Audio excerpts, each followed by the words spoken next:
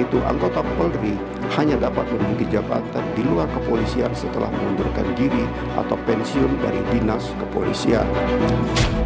Yang jelas, langkah yang dilakukan oleh kepolisian sudah dikonsultasikan, baik dengan kementerian terkait, baik dengan stakeholder terkait, baik dengan lembaga terkait, sehingga baru disusunlah Perpol.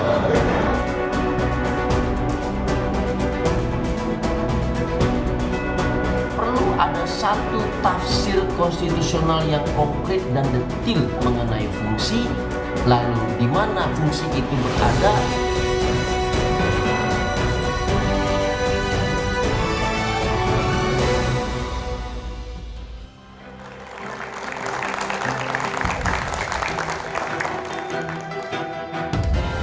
Selamat malam. Pada 9 Desember 2025, Kapolri Jenderal Listio Sigit Prabowo mengeluarkan Peraturan Kepolisian Nomor 10 Tahun 2025 tentang anggota Polri yang melaksanakan tugas di luar struktur organisasi Polri.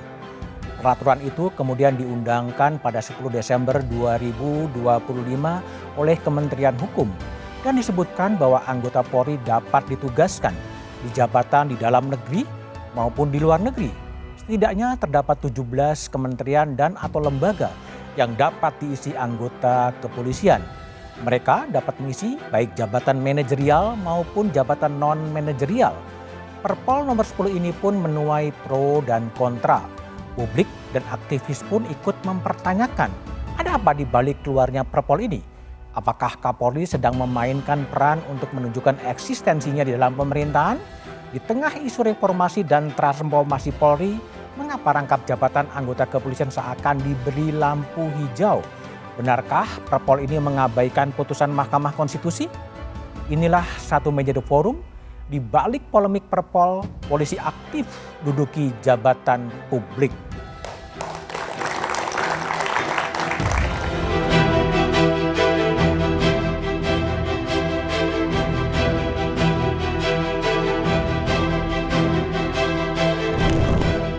Komisi Percepatan Reformasi Polri yang dibesut Presiden Prabowo Subianto sedang diuji konsistensinya dalam membenahi institusi Polri. Di tengah upaya komisi membenahi Polri, institusi ini justru membuat regulasi yang dinilai melawan putusan Mahkamah Konstitusi dan tak selaras dengan semangat reformasi. Kapolri Jenderal Listio Sigit Prabowo menandatangani Peraturan Polri Nomor 10 Tahun 2025 tentang anggota Polri yang melaksanakan tugas di luar struktur organisasi Polri. Sebagian pihak menuding Perpol ini bertentangan dengan putusan Mahkamah Konstitusi Nomor 114 PUU 23 Tahun 2025 yang menegaskan larangan bagi polisi menduduki jabatan di luar institusi Polri kecuali mengundurkan diri atau pensiun dari dinas kepolisian. Secara substansial, kedua ketentuan tersebut menegaskan satu hal penting, yaitu anggota Polri hanya dapat menduduki jabatan di luar kepolisian setelah mengundurkan diri atau pensiun dari dinas kepolisian. Peraturan Polri tersebut sangat mengejutkan banyak kalangan. Bahkan, Harian Kompas edisi 13 Desember 2025 menyebutnya dengan pembangkangan konstitusional. Namun, Kapolri Jenderal Listio Sigit Prabowo berdalih, Perpol diterbitkan justru guna menindaklanjuti putusan MK dan akan ditingkatkan menjadi peraturan pemerintah. Jadi Perpol yang dibuat oleh Polri tentunya dilakukan dalam rangka menghormati dan menindaklanjuti putusan MK. Yang jelas Perpol ini tentunya nanti akan ditingkatkan menjadi PP dan kemudian kemungkinan akan dimasukkan di revisi undang-undang. Guru Besar Fakultas Hukum Universitas Islam Indonesia, Mahfud MD mengatakan, polisi aktif boleh menduduki jabatan sipil di 17 kementerian atau lembaga hanya bisa diatur lewat undang-undang dan bukan Perpol. Nah, tapi yang undang-undang TNI ini belum ada yang mengatur jabatan apa. Undang-undang Polri maksudnya, Pak? Ya, undang-undang Polri ini belum ada yang mengatur jabatan apa. Sesuai dengan ketentuan pasal 19 ayat 3 itu kan harus ada undang-undangnya. Kok tiba-tiba ini diatur dengan peraturan kepolisian Republik Indonesia? Yang hierarkinya jauh di bawah. Iya, hierarkinya jauh. Nah, oleh sebab itu Ini kemudian dapat kita katakan ini sebenarnya tidak boleh. Itu menabrak, ya, menabrak substansi dan menabrak struktur. Perhimpunan Bantuan Hukum dan Hak Asasi Manusia atau PBHI menyebut perlu diajukan tafsir konstitusional kepada MK untuk memperjelas segala bentuk perdebatan mengenai jabatan sipil yang diduduki oleh anggota Polri. Ada problem konstitusionalitas di dalam pasal-pasal mengenai penempatan anggota Polri di dalam institusi sipil atau jabatan sipil. Dengan demikian, maka perlu ada satu tafsir konstitusional yang konkret dan detil untuk menentukan apa yang dimaksud dan dimandatkan oleh konstitusi. Perpol dituding kontraproduktif dan tak sejalan dengan upaya pembenahan di kepolisian yang sedang dirancang Komisi Percepatan Reformasi Polri. Sayangnya, hingga kini pemerintah tak kunjung bersuara dengan regulasi yang menuai kritik dan memicu polemik ini.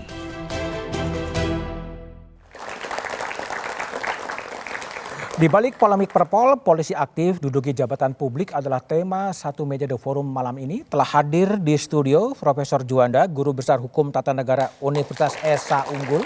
Malam, Prof. Juanda. Assalamualaikum. Ada Yusuf Warsim, Komisioner Kompolnas. Malam. Assalamualaikum. Pak Yusuf. Di sebelah kiri saya ada Isnur, Ketua Umum YLBI. Malam, Isnur. Dan kemudian ada Hakim MA 2003-2008, Mawarar Siaan. Malam, Pak Maru. Sebelumnya kami juga mengundang pihak Divisi Humas Mabes Polri tapi tidak merespon. Begitu juga dengan kantor staf Presiden tidak bisa bergabung dalam forum dialog malam ini. Oke, saya akan memulai dialog terlebih dahulu dengan Prof. Juanda. Prof. Juanda, pertanyaan awal saya. Prof. Juanda pernah diajak bicara oleh Mabes Polri soal Perpol ini? Secara awal tidak pernah. Tidak pernah. Tapi setelah belakangan ini diskusi menanyakan pendapat saya pernah. Oke, baik. Ada pandangan bahwa putusan Perpol ini bertentangan dengan konstitusi menurut Anda? Ya, perbedaan pandangan dan dengan perspektif yang berbeda itu disahkan oleh konstitusi kita, sah maksud saya di konstitusi kita, tidak ada masalah.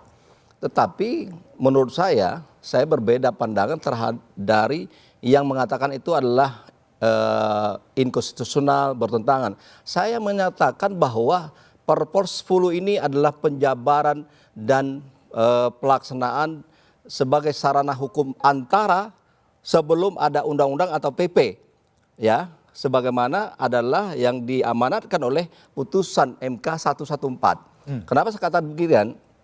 Karena di dalam putusan 114 kita bisa melihat dari dua ranah. Satu ranah pertimbangan hukum, yang kedua dari ranah amar putusan. Oke. Di ranah pertimbangan hukum, di dalam halaman 180 itu dijelaskan dan mahkamah menegaskan bahwa yang dimaksud dengan jabatan di luar dari institusi kepolisian adalah yang tidak ada sangkut pautnya dengan tugas kepolisian. Dan yang kedua adalah yang dibatalkan atau dinyatakan bertentangan dengan Undang-Undang Dasar itu adalah sebagian dari penjelasan dari pasal 28 ayat 3 Undang-Undang 2002. Oke. Artinya sebagian lagi masih berlaku. Nah, karena masih berlaku itulah pegangan saya sebagai orang hukum, penjelasan itu masih tetap menjadi hukum positif, menjelaskan pasal 28 ayat 3 Undang-Undang 2002. Oke. Nah, baik. oleh karena itu saya mengatakan tidak bertentangan. Tidak bertentangan. Oke, sama ahli hukum yang muda. Isnur, Ya. apakah Perpol ini bertentangan dengan konstitusi menurut Anda? Kita bisa lihat dua hal, Mas Budiman. Pertama adalah tentang kewenangan mengatur. Di Undang-Undang 28 Polri itu ya, pasal 28 ayat 3, di penjelasannya ada tadi disebut yang tidak ada sangkut pautnya. Pertanyaannya mana jabatan yang tidak ada sangkut pautnya? Undang-undang level mana yang bisa mengatur? Harusnya pengaturan tentang jabatan yang boleh dimasuki oleh Polri aktif adalah di undang-undang. Harusnya levelnya. Harusnya di undang-undang. Kalau kita berkaca pada undang-undang TNI. Oke. Undang-undang TNI dulu 10, sekarang 16 misalnya. Nah sekarang problemnya di undang-undang polisi nggak ada. Ya kan? Tapi jawabannya bukan juga oleh Perpol. Oke. Karena kalau Perpol menjadi secara substansi bertentangan dengan semangat putusan MK. yang mengatur penghapusan tentang bagaimana penugasan oleh Kapolri. Jadi ketika MK menegaskan Kapolri tidak lagi boleh diskresional, Ini kan sekarang diskresional, mau nempatin ke lembaga mana, kementerian mana tergantung Kapolri. Oke. Itu kan semangatnya dihapus. Ketika ini dihapus, kemudian Perpol lahir menentukan jabatan mana yang boleh dimasukin. Oke. Jadi dua hal secara substansi dan secara kewenangan prosedural dia menjadi bertentangan secara konstitusional. Ini melanggar hukum. Dan ini kan menurut saya harusnya kalau emang ada niat mau diatur di PP, diatur di undang-undang, tahan diri dulu. Jangan dikeluarkan dulu. Oke. Ini diakui kok kesalahannya nanti tidak akan diatur di PP, di undang-undang, ini jembatan. Tapi jembatan itu keliru. Jembatan itu menempatkan peraturan Polri setara dengan undang-undang. Bagaimana peraturan Polri bisa kemudian mengalahkan atau menempatkan di kementerian lain? Kementerian lain diatur undang-undang yang lain.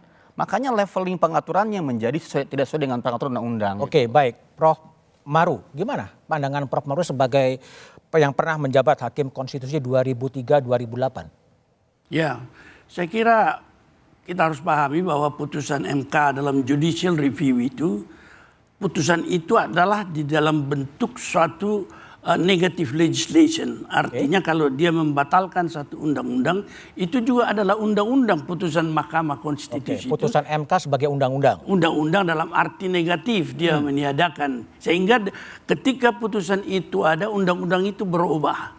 Oleh karena itu kalau misalnya suatu putusan itu yang dikatakan langsung final and binding, semua lembaga terikat di dalam republik kita ini yang dikatakan erga omnes. Jadi polisi ya juga pejabat yang lain terikat dan harus melihat itu sebagai suatu pengaturan dalam konstitusi yang sebenarnya putusan seperti itu harus dilaksanakan secara sama dan tidak boleh ada suatu keputusan-keputusan yang bertentangan dengan itu.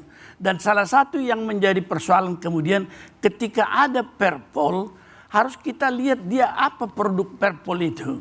Perpol itu adalah satu produk yang ada dalam satu lembaga. Memang di dalam hierarki perundang-undangan itu tidak ada disebutkan dalam pasal 7 Undang-Undang Pembentukan Peraturan Perundang-undangan. Tetapi pasal 8 dikatakan boleh ada asal ada mandat atau bukan mandat, delegasi undang-undang.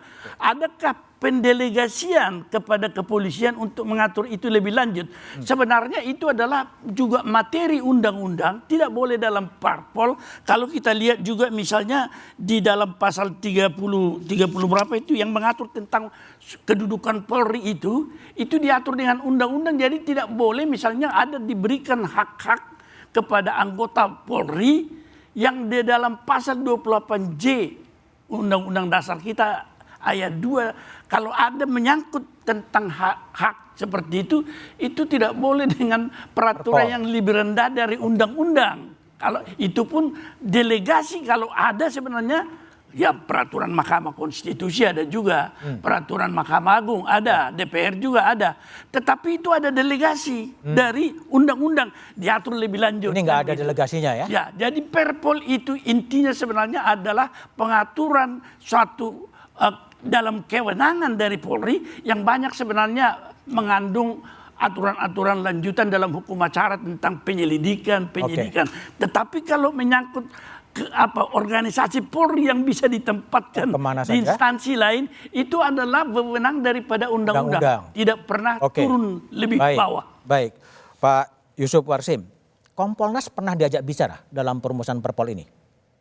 Secara spesifik terkait dengan pembuatan kebijakan kan sebenarnya itu memang kewenangan Polri. Oke. Namun di dalam hal ini kita pernah melakukan pemantauan ketika sudah pasca putusan MK, apa yang akan dilakukan oleh Polri, bagaimana respon Polri terhadap putusan MK, itu kami lakukan pemantauan. Oke, kalau posisi Kompolnas sendiri gimana terhadap Perpol ini? Perpol ini kita pahamkan sebenarnya kan ini pertama bicara fakta hukumnya dulu. Pasca putusan MK 114 ini memerlukan ada sebuah pengaturan baru yang dimana sebelumnya di dalam penugasan anggota Polri di luar struktur Polri itu kan berdasarkan teknisnya Perkap nomor 4 tahun 2017 yang kemudian ada perubahan melalui Perpol nomor 12 tahun 2018. putusan MK 114 itu mengakibatkan karena ada pembatalan prasa atau tidak berdasarkan penugasan Polri itu menjadi tidak sesuai lagi. Tidak sesuai lagi. Oke. Sehingga ini kan bicaranya bukan hanya soal Undang-Undang Polri. Tapi pengaturan pengisian jabatan di luar Polri yang itu dapat diisi oleh anggota Polri itu kan diatur di dalam Undang-Undang ASN nomor 20 tahun 2023 pasal 19 dengan nomenklatur jabatan ASN tertentu. Yang itu dapat diisi anggota TNI dan anggota Polri. Bagaimana mengisinya tentu berdasarkan undang-undang masing-masing. Memang yang menjadi persoalan untuk agenda kita ke depan, Undang-Undang Polri tidak serigid Undang-Undang TNI yang mengatur jabatan-jabatan yang dapat diisi. Tapi tentu di dalam perspektif ilmu hukum, hukum yang baik itu kan sebenarnya dogmatis. Kalau ada sudah mengakukan pembatasan-pembatasan, dia tidak bisa mengikuti kebutuhan yang akan datang. Sehingga apa yang rumusan norma di dalam Undang-Undang Polri itu, apabila kita kaitkan dengan Perpol nomor 10 ini menurut kami tentu tidak bisa ditempatkan dalam sebuah penilaian hitam dan putih. Dia bertentangan dengan putusan MK atau menghilangkan celah adanya pembatasan. Kita kembalikan di dalam kajian Pokja yang dibuat oleh Polri itu sebenarnya memahamin putusan MK 114 itu ada pembatasan. Ada pembatasan. Sehingga pembatasan inilah yang terlihat di dalam pasal 3 Perpol itu. Baik. Jadi pertanyaannya adalah apakah memang penempatan atau Perpol yang memberikan ruang kepada Polri untuk duduk di kementerian, manajerial, non-manajerial, itu adalah semacam penyeimbang dari peran TNI juga. Kita bahas setelah jeda berikut ini.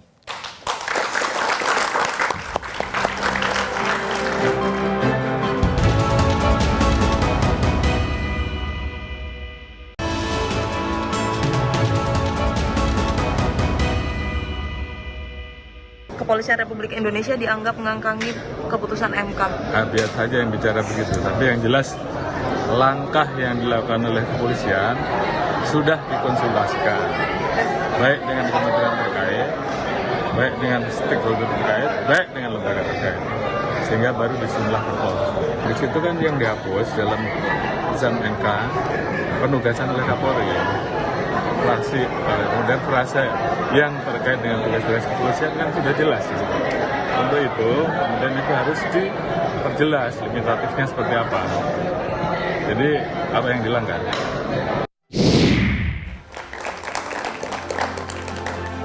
Oke, kembali Isnur. Kalau Anda membaca statement dari Kapolri, sekarang yang sedang terjadi adalah adu kuat.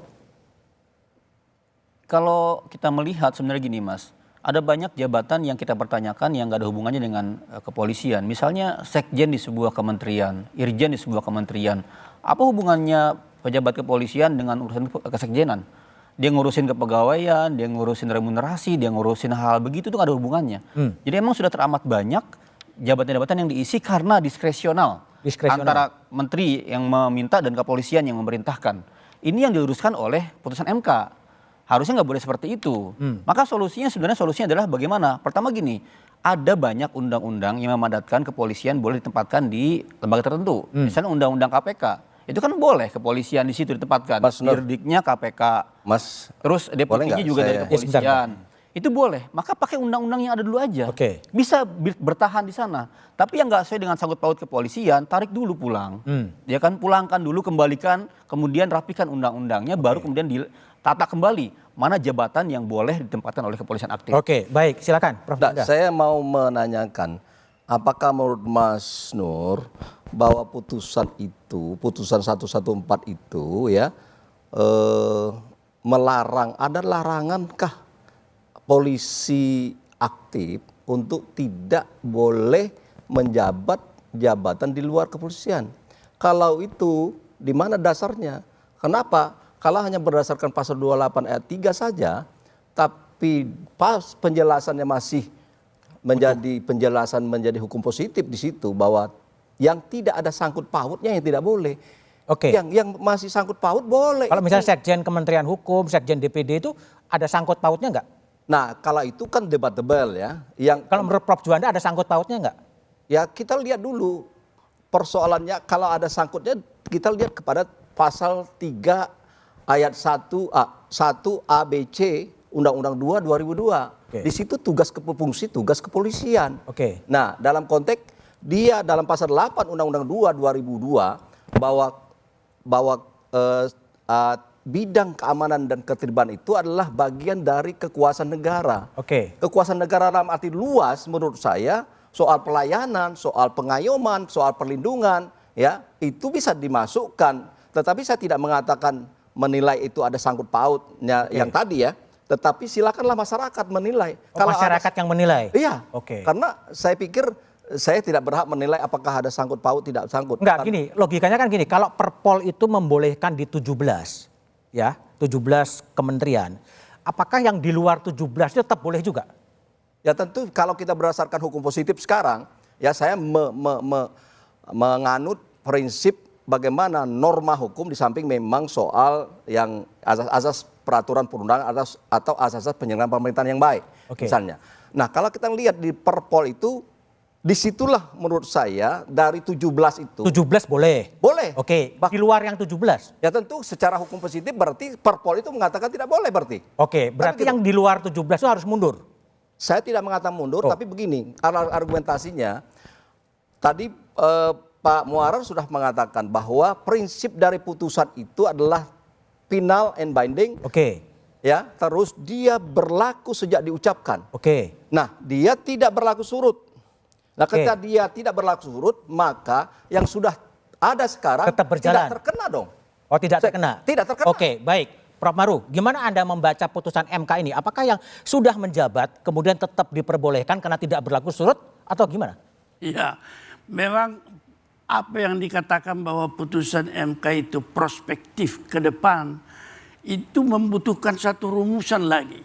Artinya bahwa sejak putusan itu dicetuskan, mengikat, maka semua keadaan yang tidak sesuai dengan putusan harus itu disesuaikan. Harus disesuaikan, itu pengertiannya. Kalau tidak disesuaikan? Kalau tidak disesuaikan ya bertentangan dengan apa yang menjadi muatan konstitusi. Karena konstitusi harus mengikat semua lembaga negara, semua warga negara sebagai pembatasan kekuasaan. Konstitusionalisme itu intinya adalah kita batasi kekuasaannya. Jadi kembali kepada konstitusi. Kalau mau membaca sebenarnya pasal itu, ketentuan Perpol itu harus dilihat lagi kepada apa tugas Polri menurut konstitusi. Ya kan? Apakah memang cocok dia harus ikut jadi sekjen di tempat lain, harus jadi dirjen. Kita baca di dalam pasal 30 ini dikatakan bahwa susunan kedudukan, saya lampaui, kepolisian negara, hubungan kewenangannya dengan instansi yang lain dalam menjalankan tugasnya, syarat-syarat keikutsertaan warga negara dan lain-lain itu diatur dalam undang-undang. Dan kemudian ayat 4 itu kepolisian negara itu sebagai alat negara yang menjaga keamanan dan ketertiban masyarakat, bertugas melindungi, mengayomi, melayani masyarakat, serta menegakkan hukum.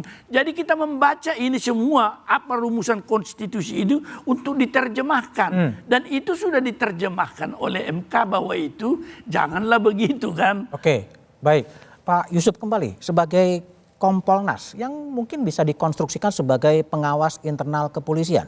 Kalau Perpol sudah dikeluarkan oleh Pak Kapolri 17 lembaga kementerian yang boleh diduduki, apakah yang di luar 17 itu juga masih konstitusional? Ya itu tadi yang saya sampaikan. Dalam hal ini tentu Kompolnas menempatkan Perpol nomor 10 tahun 2025 ini secara hati-hati di bawah pengawasan yang ketat dan memerlukan penafsiran yang restriktif. Nah, karena kan dalam pantauan kita pada saat putusan MK 114 itu ada, bagaimana respon Polri itu melakukan kajian hukum yang salah satu kajian hukum itu memahami bahwa putusan MK ini sudah membatasi. Oke, sekarang keluarlah Perpol 10 ini kan, yang membatasi hanya untuk 17. Apakah yang di luar 17 seperti sekjen, irjen, dirjen, itu terlindungi dengan Perpol atau dianggap tidak konstitusional? Itu tadi Perpol nomor 10 tahun 2025 ini memerlukan penafsiran yang restriktif. Apa itu maksudnya? Penegasannya kan ada pada pembatasan di 17. Oke, 17. Nah, Oke, sekarang. Di dalam kajian yang kita lihat pada waktu itu dilakukan kajian hukum, tentu sebenarnya lebih daripada 17. Kenapa nggak dimasukin sekalian aja semuanya? Itulah semangat pembatasan yang dimaksud di dalam Perpol sekarang ini. Kapolri sudah membatasi hanya untuk 17. 17. Oke, yang di luar 17, misalnya Sekjen DPD, Sekjen Kementerian Hukum, itu gimana? Di dalam pantauan kami terkait dengan bagaimana pemberlakuan putusan MK 114 tadi kan sudah disebutkan oleh Prof. Marwarar, itu kan prospektif. Prospektif.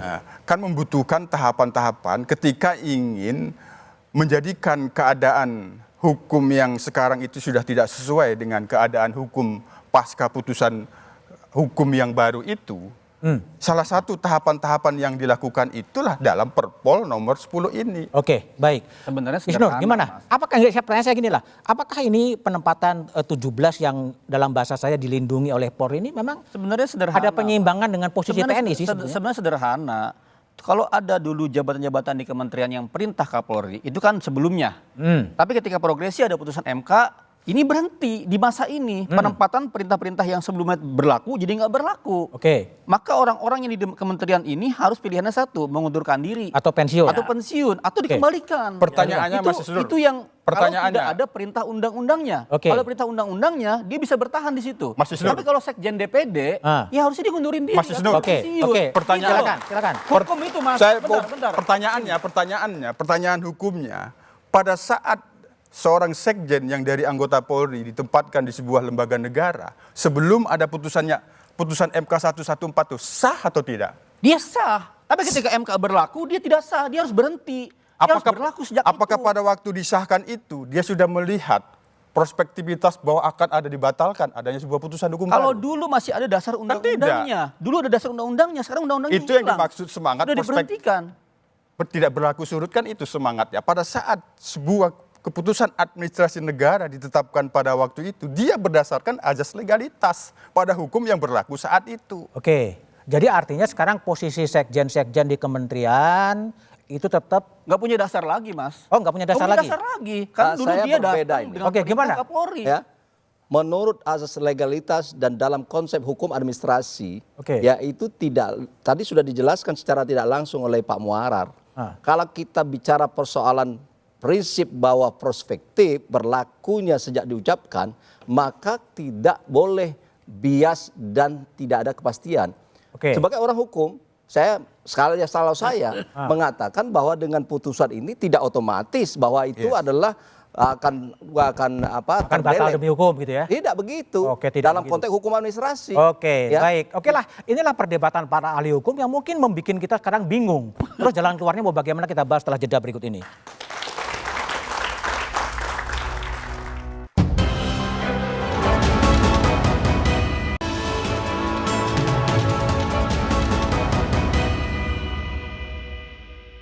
Tapi bagi mereka sekarang yang sudah menjabat sekarang, kecuali kepolisian menarik, kemudian, tapi mereka tidak perlu mengundurkan karena kan mereka sebelum putusan MK mereka sudah menjabat itu. Masih bersama saya Budiman Tanrujo di Satu Meja The Forum. Pak Maru, ini kan gonjang-ganjing ini kan diawali dengan Prahara Agustus sebetulnya. Kemudian terjadilah Komite Percepatan Reformasi gitu. Lalu sampai sekarang apa ini kaitan tiba-tiba ada Perpol, ada komite ini, apakah masih optimis bahwa akan ada perbaikan di kepolisian dengan hadirnya Komisi Percepatan Reformasi Kepolisian itu? Ya, kalau kita ya harus tetap menaruh harapan lah kan. Oke, terus? Karena memang kita akan berkelanjutan sebagai satu bangsa, tidak bisa tentunya kita menyatakan tidak lagi punya harapan.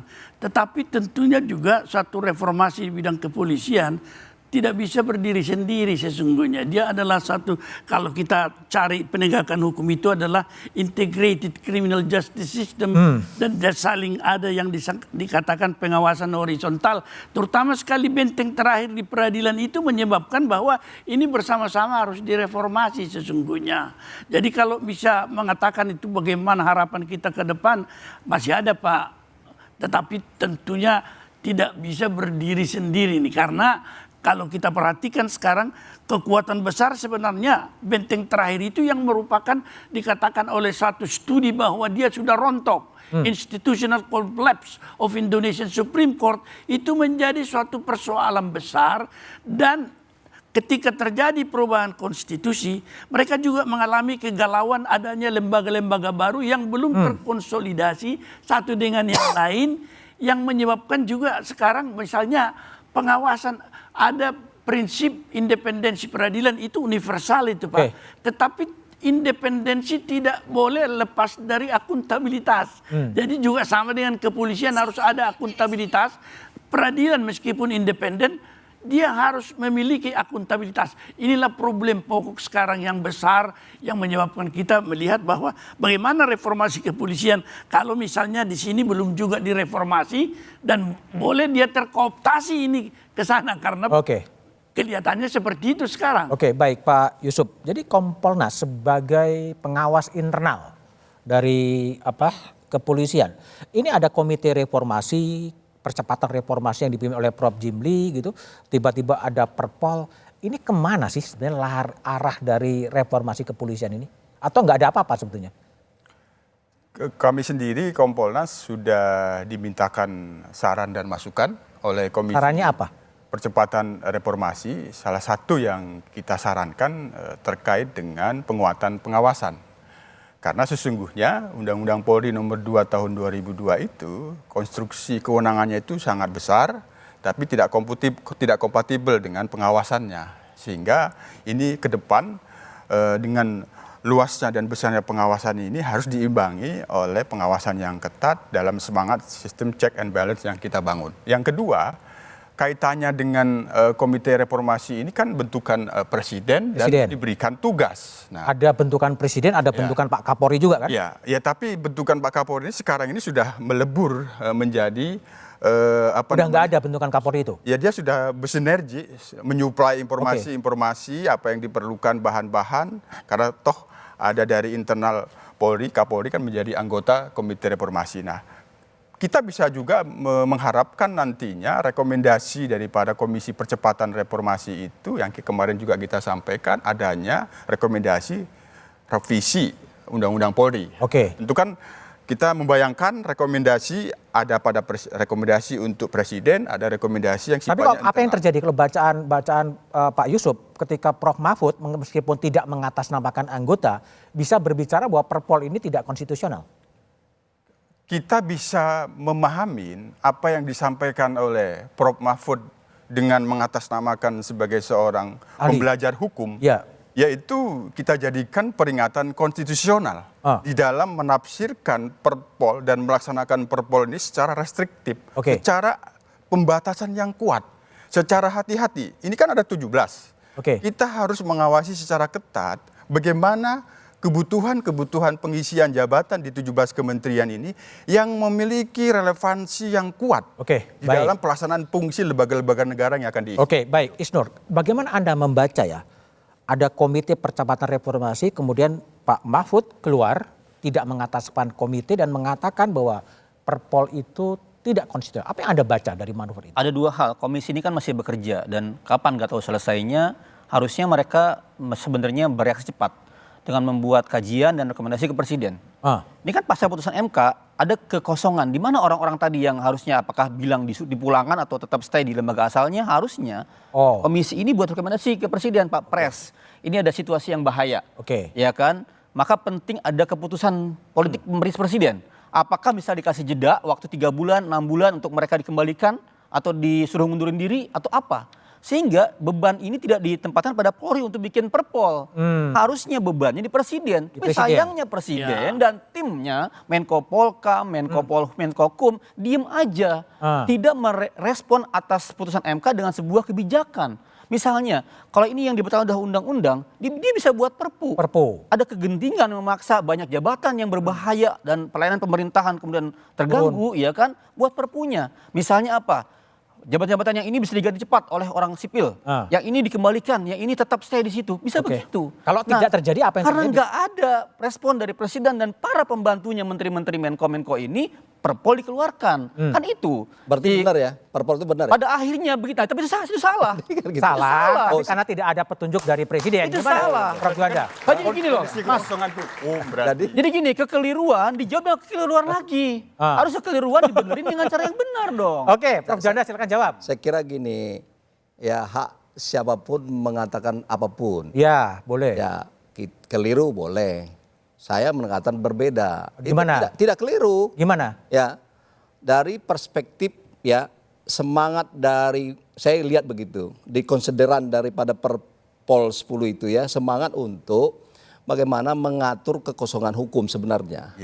Tapi ya kalau dikatakan Perpu cocok tapi harus memenuhi kriteria kegentingan apa sekarang kan gitu. Ya. Nah menurut saya bisa jadi kalau kita bisa membuktikan ada kegentingan yang memaksa. Tapi kegentingan kan kondisi objektif toh sebetulnya.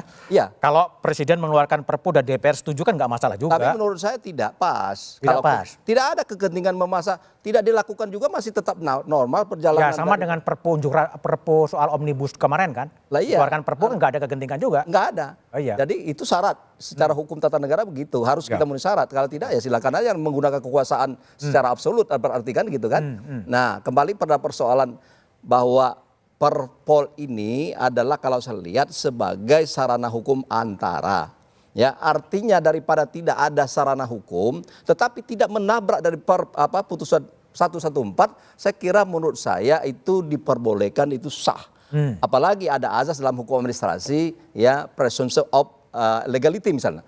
Bahwa tidak ada satupun orang yang bisa mengatakan itu tidak berlaku atau bertentangan kecuali Mahkamah Agung atau adalah pengadilan. Oke, lalu bagaimana jalan keluar atas kontroversi Perpol? Kita bahas setelah jeda berikut ini.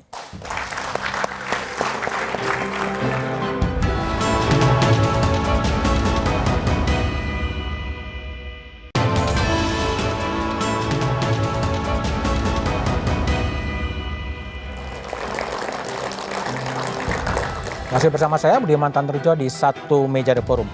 Prof Juanda, melihat kontroversi yang terjadi, apakah kemudian Pak Kapolri berani mengkoreksi Perpol ini dan kemudian menarik saja semua polisi aktif yang duduk di jabatan-jabatan sipil?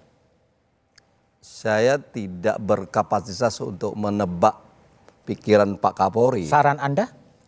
Menurut saya, pertama saya tegaskan kembali, saya melihat ini dalam bahasa pikiran saya bahwa Perpol ini adalah merupakan respon positif dan niat baik Kapolri untuk menjawab dan menjabarkan putusan 114. Yang kedua, memang kalau kita ini sebenarnya ya Pak Kapolri ini ingin bahwa adanya sarana hukum yang tepat.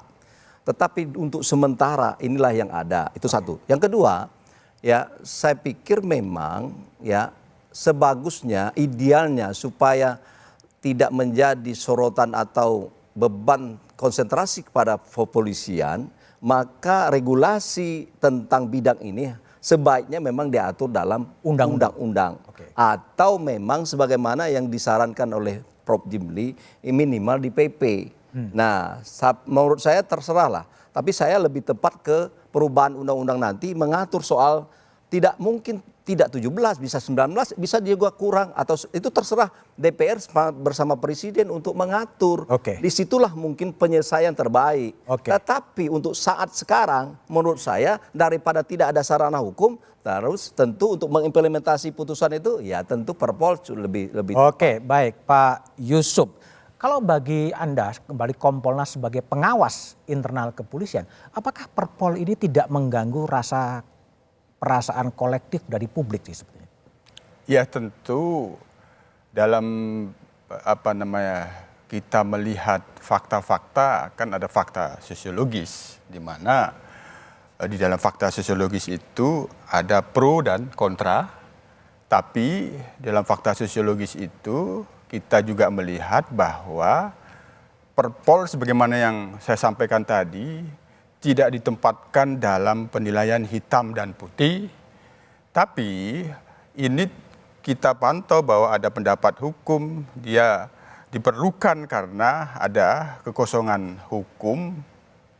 Dalam fakta-fakta ada pengisian jabatan yang itu diisi oleh anggota Polri di dua struktur itu. Kemudian nanti bagaimana pengaturannya, Perpol ini sebagaimana yang disampaikan oleh Prof. Juanda itu memberikan ruang perantara untuk mengatasi persoalan-persoalan terkait dengan ada kebutuhan semangat membatasi yang itu tidak boleh lagi ke depan seperti sebelum adanya putusan MK. Yang kedua, kita juga memantau bahwa di dalam fakta sosiologis itu berkembang pendapat ini diperlukan adanya sebuah revisi Undang-Undang Polri yang akan dapat menghindari multitafsir. Sehingga perdebatannya akan lebih terbuka, lebih luas. Jangan-jangan tidak hanya 17, tapi bisa lebih, bahkan bisa kurang. Karena sementara ini kami melihat juga ketika ini diterbitkan, mengapa 17? Karena masih ada yang lain yang itu dipandang punya hubungan yang kuat. Nah, misalnya sampai kepada kami itu, kok ini tidak ada badan pengelolaan perbatasan. Itu tidak ada, karena itu kaitannya dengan Kantipmas juga. Nah, yang selanjutnya, kami sebagai pengawas, sekali lagi, menempatkan Perpol nomor 10 tahun 2025 yang sekarang ini sudah diundangkan dalam berita negara, kita akan mengawasi secara ketat bagaimana nanti mendudukkan di 17 kementerian lembaga negara itu soal sangkut pautnya dengan tugas kepolisian, Harkantipmas, penegakan hukum, dan perlindungan pengayoman pelayanan masyarakat. Baik, Pak Isnur. Jadi ini gini, Perpol ini banyak ditolak oleh sebagian publik. Ya, meskipun Kompolnas enggak, Pak Juanda juga tidak. Ada juga tuntutan publik untuk pembebasan aktivis yang akibat dari para agus. Semuanya enggak didengar sebetulnya. Gimana? Iya, memang momentumnya menjadi sangat tidak baik ketika Polri seharusnya membuat cooling down dan membangun citra lebih baik. Justru ketika Perpol ini lahir, seolah-olah dia menentang arus kehendak masyarakat yang harusnya polisi menghormati putusan MK. Saya ingin tambahkan, Mas Budiman, yang bahaya dari Perpol ini bukan hanya dia melampaui kewenangannya, ada banyak lembaga-lembaga. Kalau kita baca pasal 18 di sana, pertanyaan besar gini, ketika seseorang, misalnya tadi Sekjen DPD, Sekjen Kemenkumham, ditempatkan di kementerian, siapakah atasannya dia? Kepada siapa kewajiban dia pembinaan dan pelaporan? Harusnya ke kementerian itu dong, total dong. Tapi di Perpol ini pasal 18, pembinaan harus oleh Mabes. Dan tiap 3 bulan dia harus bikin laporan ke Mabes, ke atasan di kepolisiannya. Terjadi double loyalitas, double atasan di situ, ya kan, double kebingungan. Itu yang berbahaya dalam pelaksanaan penugasan oleh kepolisian yang nggak berbasis undang-undang yang jelas. Harusnya kenapa sih harus ngundurin diri, kenapa pensiun, agar dia total di lembaga yang baru itu gitu. Itu maksudnya, niat baiknya. Kita harus tangkap pasal 28 ayat 3 Undang-Undang Kepolisian itu di situ. Dampak kepada institusi yang ditempatkannya menjadi banyak masalah kemudian. Baik. Prof. Maru, jadi kalau menurut Prof. Maru dalam posisi yang kontroversi pro dan kontra sekarang, apa yang harus dikerjakan oleh pemerintahan Presiden Prabowo Subianto? Ya, jadi saya kira seluruh masalah ini harus dikembalikan kepada semangat konstitusionalisme, yaitu membatasi kekuasaan daripada masing-masing, tidak ingin melihat ke daerah lain, karena organisasi kekuasaan itu dia dalam strukturnya masing-masing memiliki kewenangan ke dalam, tetapi kalau menyangkut lembaga lain itu sudah menjadi kewenangan dari presiden sebagai penanggung jawab tertinggi. Oleh karena itu kalau melihat kedudukan Perpol, kita kembali juga kepada landasannya. Apakah ada landasannya untuk menerbitkan suatu peraturan yang menjadi muatan undang-undang, lepas daripada dibutuhkan oleh tidak dibutuhkan oleh polisi? Jadi ada kekosongan hukum tadi katanya. Kekosongan yang mana? Itu tidak perlu diatur secara demikian, bahwa untuk mengisi kekosongan kita melakukan pelanggaran konstitusi dengan membuat aturan yang tidak ada landasannya, karena itu semua harus diatur dengan undang-undang. Masakan kepolisian mau merebut itu menjadi suatu kewenangannya sendiri, karena ini adalah antar lembaga. Misalnya menempatkan orang saya ke tempatnya Pak Budiman, itu tentu membutuhkan koordinasi dari atas yang bukan menjadi wewenang di sini sendirian tadi, sehingga disebutkan ada double loyalitas. Nah, dari sudut ini saja sumber kewenangan tidak ada, kita harus menyerah sebenarnya bahwa itu dari awal sama dengan semua perbuatan-perbuatan hukum yang tidak ada landasannya dan melanggar hukum yang lebih tinggi, itu dianggap tidak pernah ada sebenarnya itu. Oke, jadi Pak Budiman, kalau konkretnya apa saran dari Prof. Maru solusi jalan keluarnya? Ya tentu kita kembalikan kepada Presiden. Oke, kembali ke Presiden. Oke, Pak Maru, makasih. Mas Isnur, Pak Yusuf dan Pak Juanda, terima kasih telah bergabung di Satu Meja The Forum.